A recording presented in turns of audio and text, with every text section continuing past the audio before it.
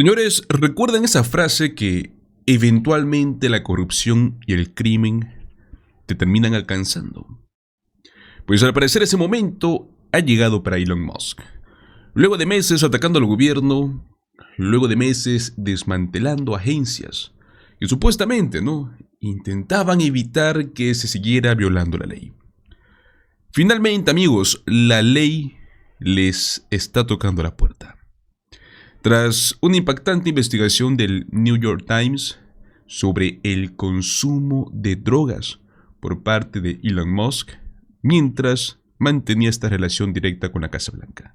Señores, todo esto se está desmoronando. Y sí, amigos, la Casa Blanca está en pánico, porque lo que está pasando con Elon Musk es bastante grave. Sean bienvenidos a Políticamente en Desacuerdo, señores. Hoy veremos cómo Elon Musk está enfrentando un escrutinio tras este escándalo ilegal con el consumo de drogas. Así que los invito a que se queden hasta el final de este video porque veremos los detalles más interesantes. Pues bueno, señores, empecemos por el inicio, ¿Cómo es que se empezó a visibilizar todo este caos? Veamos este clip. If you got to protect the First Amendment, it's not much more important than that. Yeah, I mean, I got a lot of criticism, and people said, "Well, that proves he's a huge idiot from a, look, he voted for whatever, $44 billion, and now it's worth like 8 cents." And it's not worth 8 cents. It was essentially to buy freedom of expression. Y es que en ese video ya podíamos notar que algo andaba mal. Elon Musk, con gafas de sol, en un lugar cerrado, hablando de forma extraña, con ciertos movimientos nerviosos, claramente no era alguien en su mejor estado mental.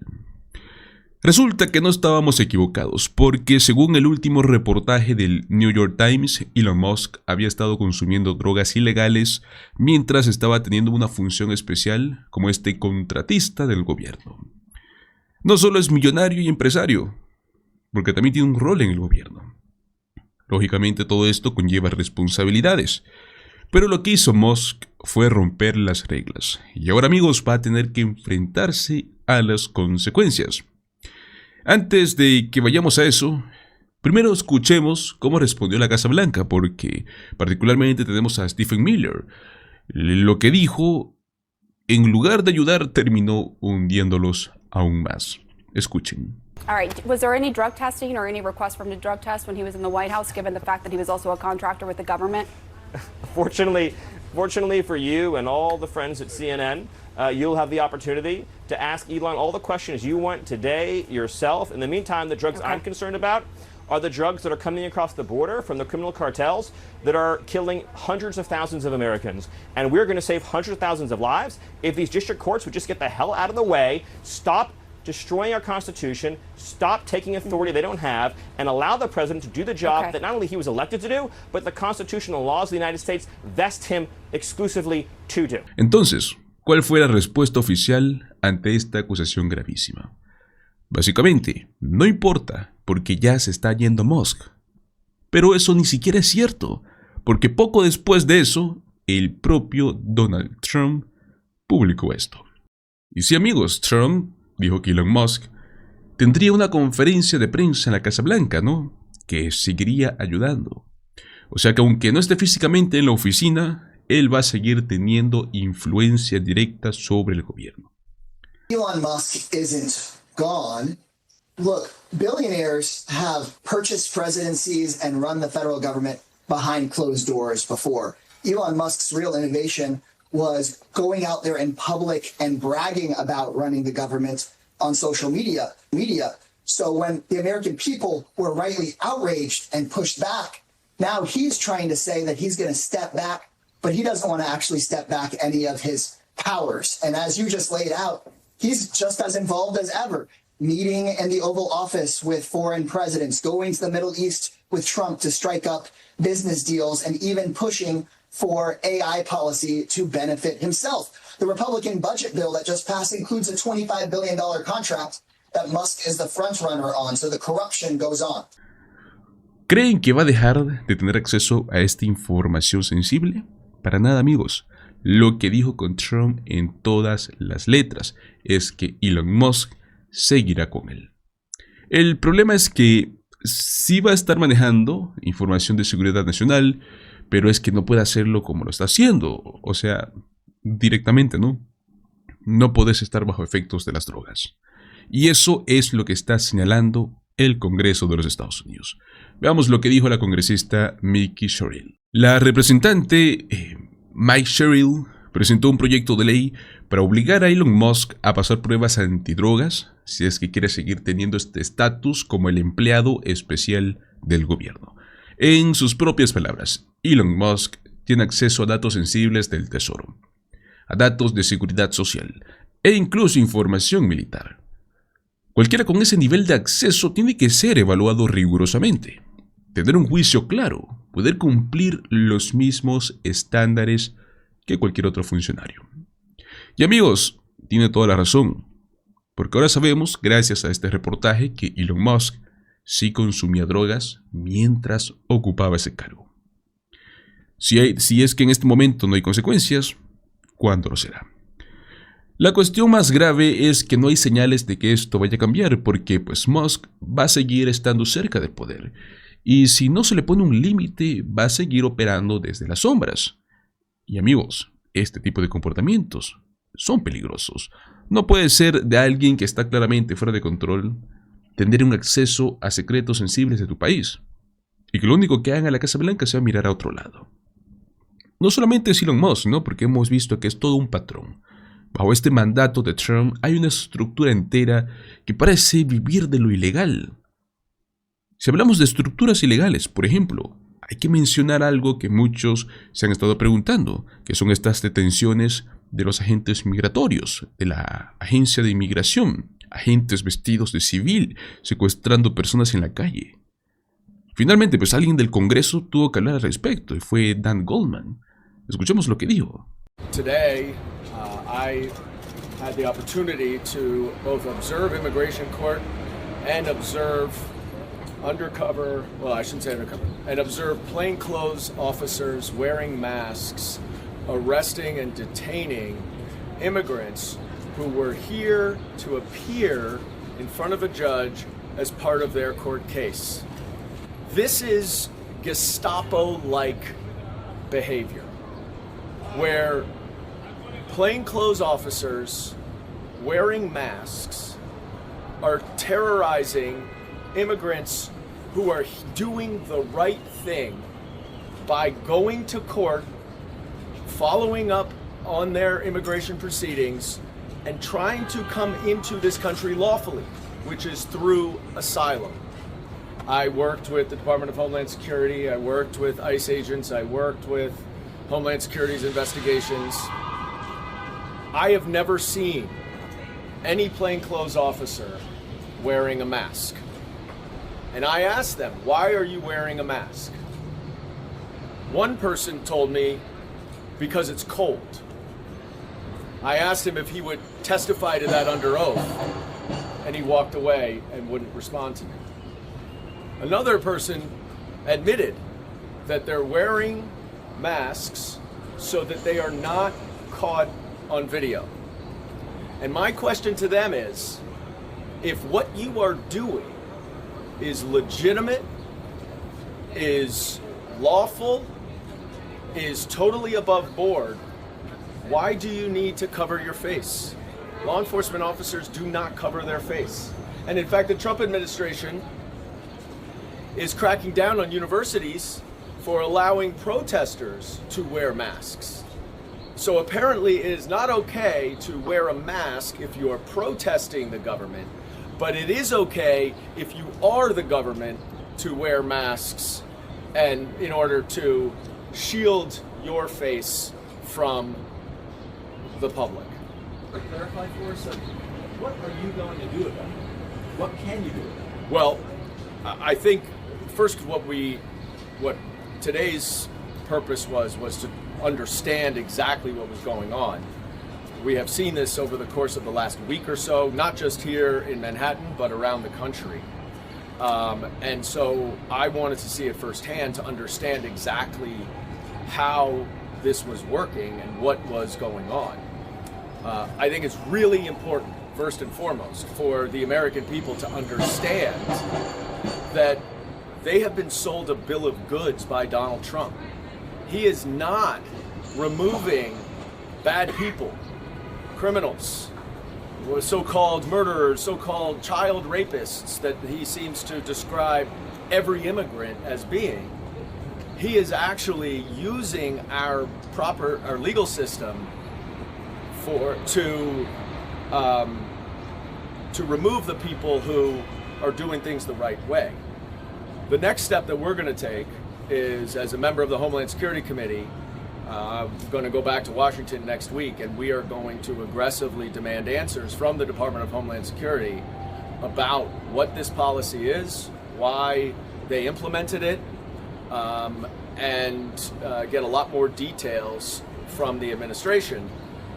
The Trump administration has been effectively non-responsive to Democrats' requests, but we're going to keep making them because we represent the American people, and I am certain the American people want answers to those questions. All right. Thank you. Thank you. Y es que ya era hora, señores. Lo que está sucediendo es muy serio. O sea, en este tema al menos se están deteniendo personas que están hasta legalmente, solo porque es más fácil y les sirve para su circo político. Nunca se trató de la ley, se trató del show mediático. Pues bueno, amigos, no es lo único que pasa con Musk, porque pues, al parecer no solo en teoría ha perdido su trabajo y su poder, porque también ha perdido mucho, pero mucho dinero. Tenemos que hablar de esta historia que suena un poco a distopía, ¿no?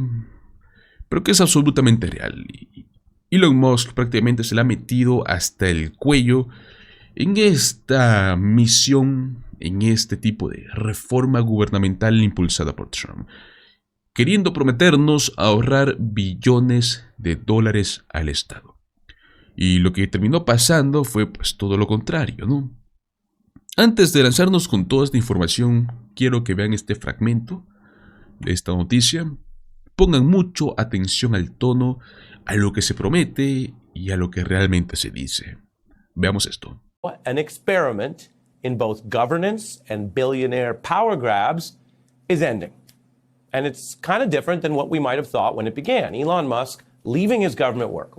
And he made this what is basically an admitted exit kind of interview, final appearance with the president. And as with other situations with loud, powerful, or political people, sometimes even when they admit something or reality suggests something, like he has less power than he did on day one and he's leaving, we're still hearing that he'll be around. I expect to remain a friend and an advisor, and certainly if there's anything the president wants me to do, I'm at the president's service. Elon has worked tirelessly helping lead the most sweeping and consequential government reform program in generations. Will the real president please stand up, you might say, to paraphrase Eminem? Elon Musk standing over the proceedings, a kind of physical way that he likes to announce himself, just as he did in cabinet meetings. But of course, the real president, seated, was watching him stand up to go. And while they said some nice things about each other, let's be clear that on the evidence, which is how we all try to keep track of things if we're being serious in journalism or policy, you have to count it up. A lot of these things did not work as they were claimed to work. A lot of these so-called savings did not materialize. And that's before you even get to counting up the cost of some of these cuts. Now, Musk set out to save $150 billion. That's what he says he might have gotten. Of course, that's far less than the trillions he promised, and he is leaving. He could have taken a permanent position where he'd have to do more transparency or divest, but instead, he's getting out of Dodge. There are independent reports which suggest if you look at actual verified savings and not the sort of rosy estimates, you get down to $16 billion. In federal dollars, when you talk about multi-year programs, that's actually a tiny slice.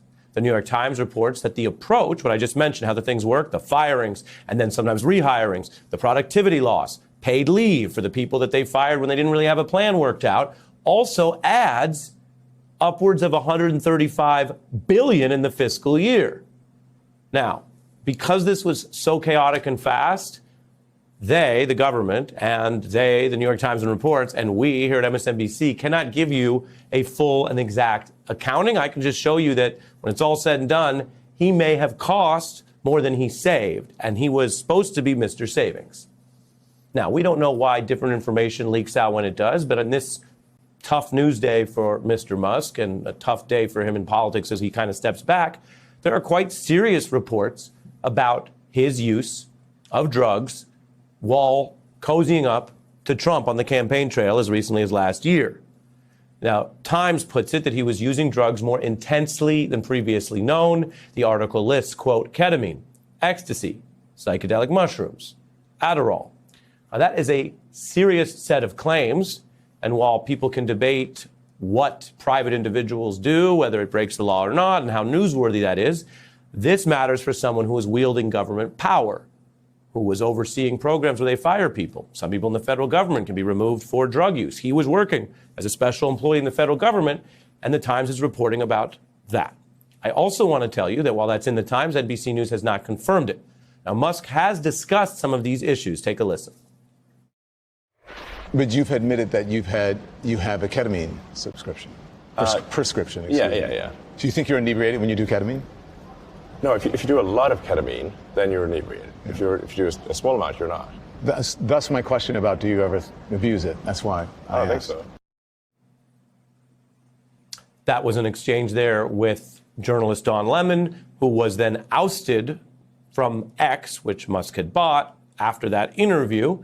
I do want to note in the timeline, because some of this has to do with his political and government activities, the interview itself there was before the campaign time that he was spending with Trump. And the Times reports that it did go, they say, and they're reporting, his usage was beyond what you might call, quote, occasional use.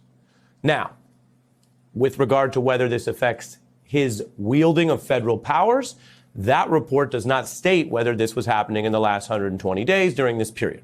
Musk also sidestepping a question about it at that press conference. He went on the attack against journalism instead of just addressing it.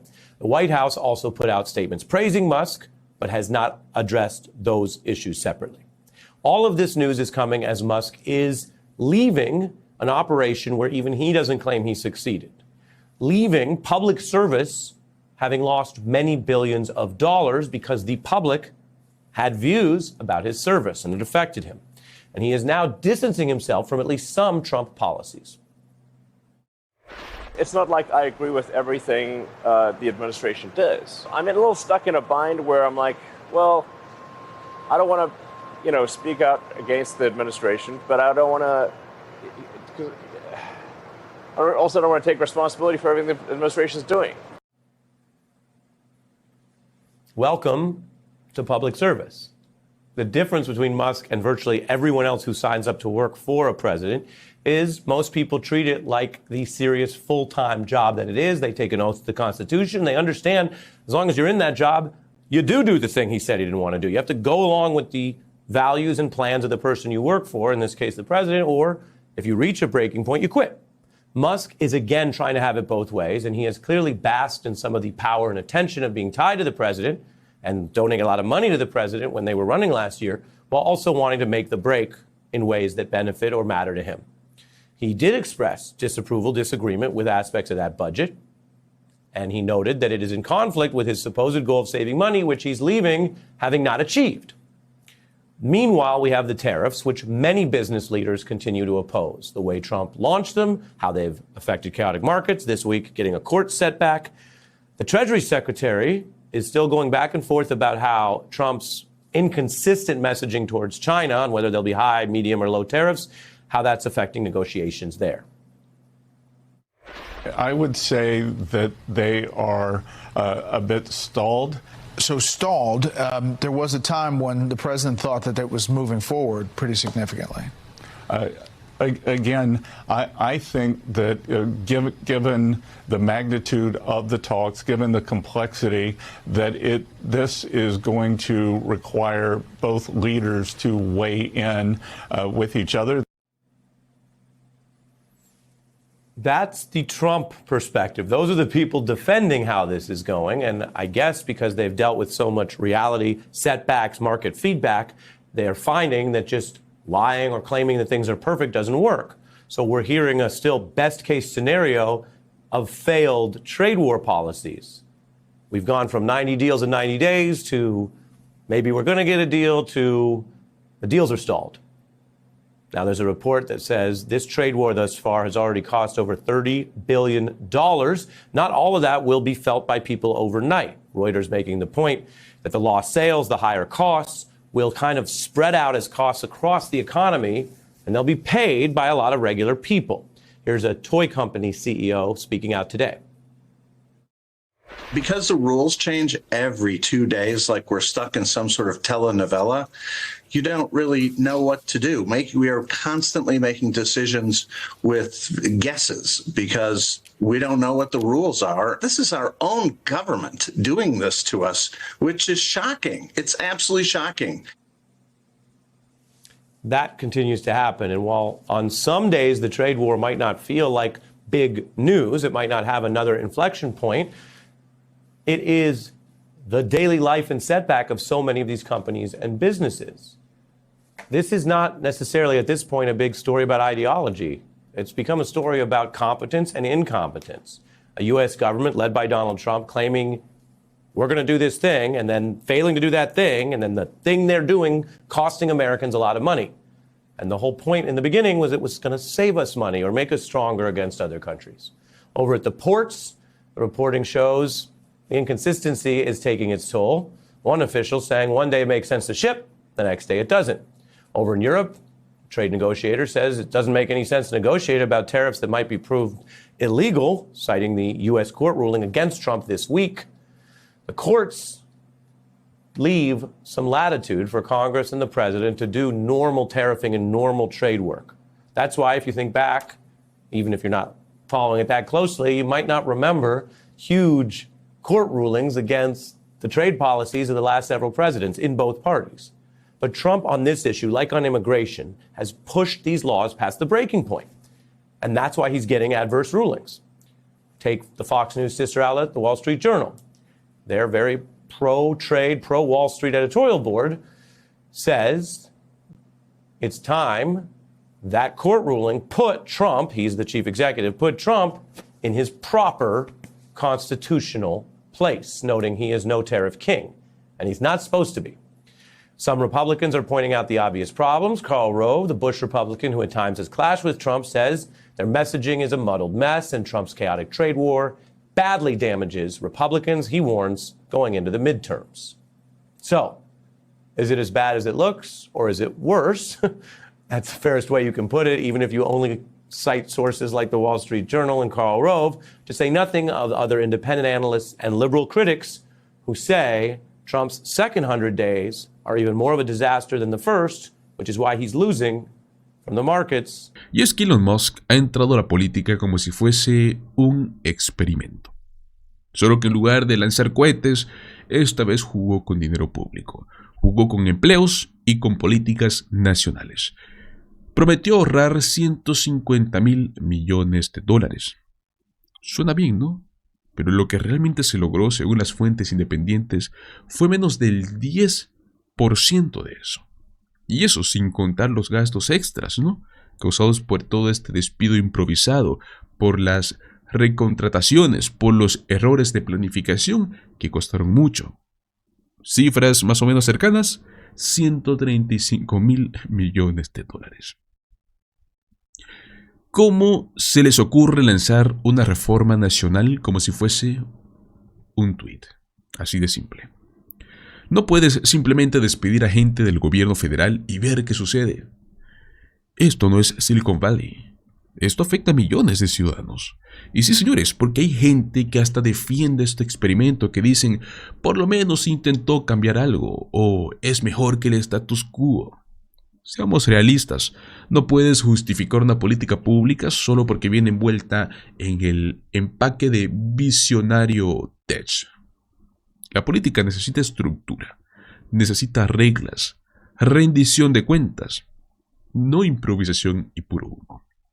Además, no podemos ignorar el contexto, ¿no? Musk, un empresario sin experiencia real en el aparato gubernamental, fue puesto en una posición de poder desproporcionado por un presidente que lo que hace es confundir popularidad con competencia.